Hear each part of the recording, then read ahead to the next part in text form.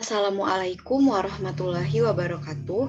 Perkenalkan, nama saya Indah Triana Reski dengan NIM A1C1190025 dari kelas reguler A, Prodi Pendidikan Kimia, Fakultas Keguruan dan Ilmu Pendidikan Universitas Jambi. Nah, pada video kali ini saya akan menjawab pertanyaan nomor 3 pada ujian tengah semester Kimia Organik 3. Nah, untuk itu langsung saja kita ke soalnya. Nah, untuk soalnya yaitu jelaskan berbagai faktor penentu keberhasilan dalam sintesis aspirin yang pernah Anda pelajari.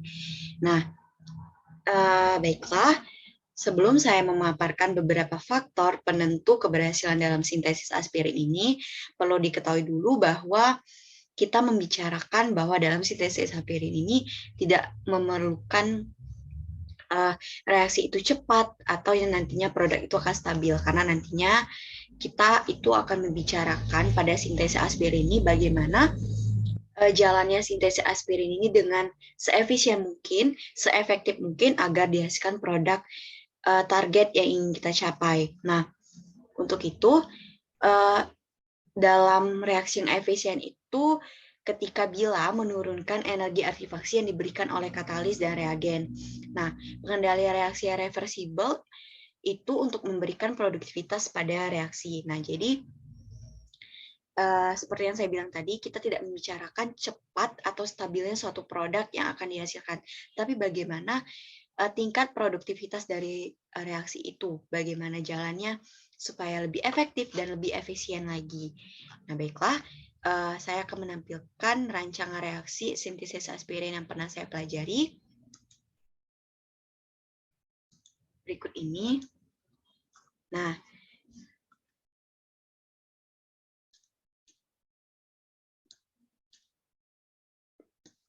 baiklah. Nah, di situ terlihat bahwa asam salisilat direaksikan dengan anhidrida asam asetat itu menghasilkan asam asetil salisilat atau aspirin dan asam asetat.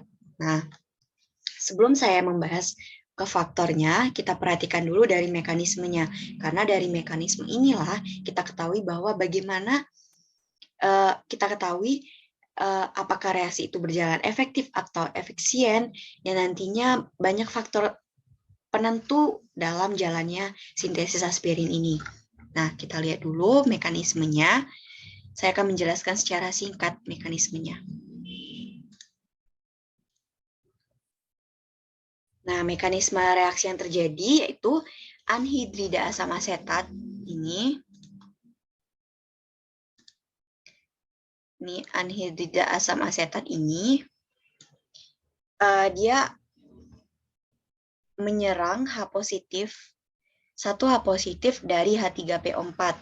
Nah, sehingga terjadi protonasi yang membuat anhidrida asam asetat ini akan terputus menjadi unit asetil dan unit asetat.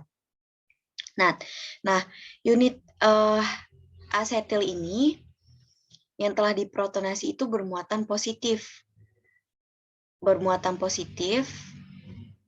Di sini. Bermuatan positif. Nah, kemudian tahap selanjutnya, ini kan tadi udah diambil hanya satu, berarti tersisa H2PO4 negatif. Nah, dia akan mengikat hidrogen yang ada pada asam salisilat, sehingga bermuatan negatif. Nah, kemudian unit asetil ini tadi, dia akan bergabung bersama H negatif ini, bersama OH negatif ini yang ada pada asam salisilat. Nah, H yang pada asam salisilat ini dia akan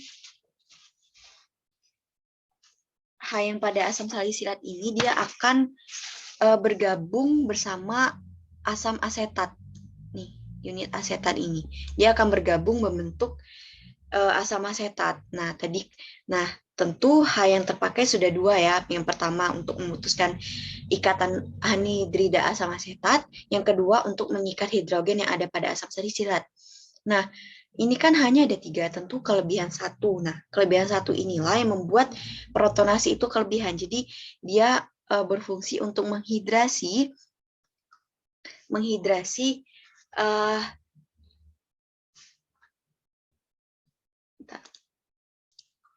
nah karena asamnya kebanyakan sehingga protonasi kelebihan air dan terhidrasi. Nah, menyisakan spesies bermuatan positif.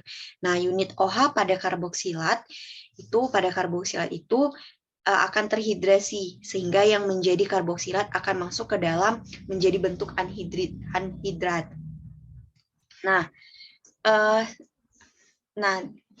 terlihat bahwa di situ ada reagen yang balik lagi sehingga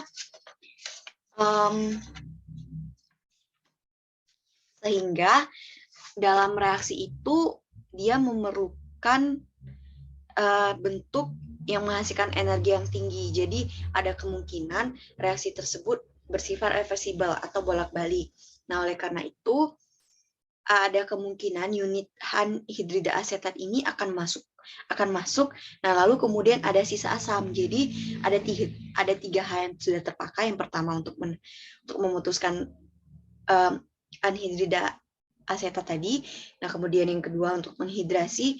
Yang ketiga terbentuk anhidrat lagi sehingga H itu untuk memutuskan menjadi karboksilat. Nah, dari mekanisme yang sudah saya jelaskan tadi, tentu kita sudah dengar ya bahwa di situ kita bisa analisis berbagai faktor penentu keberhasilan dari sintesis aspirin ini. Nah, di mana yaitu yang pertama itu pentingnya pemilihan reagen. Nah, reagen yang dipakai pada reaksi tersebut kan anhidrida sama asetat. Nah, pada literatur yang saya baca itu bisa diganti dengan reagen yang lain, itu bisa asam asetat glasial. Namun di sini yang lebih dikenal efektif itu anhidrida asam asetat yang sering digunakan dalam sintesis aspirin. Nah, kemudian yang kedua ada katalis. Nah, pemilihan katalis ini harus tepat di mana seperti yang saya jelaskan tadi bahwa pada sintesis aspirin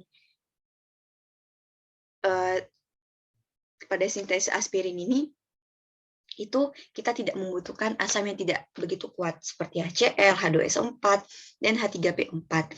Nah, di reaksi tadi kan saya menggunakan H3PO4. Nah, di mana pada mekanisme tersebut terjadi penggunaan katalis tersebut membuat reaksi itu reversibel. Ada kemungkinan reaksi itu reversibel atau bolak-balik. Nah, sehingga ada reagen yang balik lagi di awal. Nah, maka dinilai reaksi itu terlalu rumit dan kurang efisien. Karena nantinya butuh lagi energi yang cukup, suhu yang cukup, nah sehingga untuk mengarah ke produknya. Nah, untuk katalis H2SO4 itu bisa digunakan karena dikenal lebih efektif dikarenakan reaksi itu tidak butuh untuk balik lagi. Tidak butuh untuk balik lagi, jadi energi yang digunakan itu juga cukup untuk melawan reaksi tersebut. Nah, maka pemilihan katalis ini juga perlu diperhatikan sebagai faktor penentu keberhasilan dalam jalannya sintesis aspirin ini. Nah, yang ketiga itu ada energi. Nah, pada reaksi tersebut kan reaksi reversibel.